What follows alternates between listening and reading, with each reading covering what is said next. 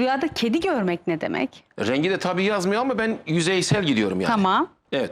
Rüyada kedi görmek, olgun kedi görmek, bir işiniz olacak ama birazcık zamanı var. Küçük kedi görmek, sevinçli bir şekilde alacağınız en kısa zamanda bir haberle mutlu olacağınız ve işinizin olacağını gösterir.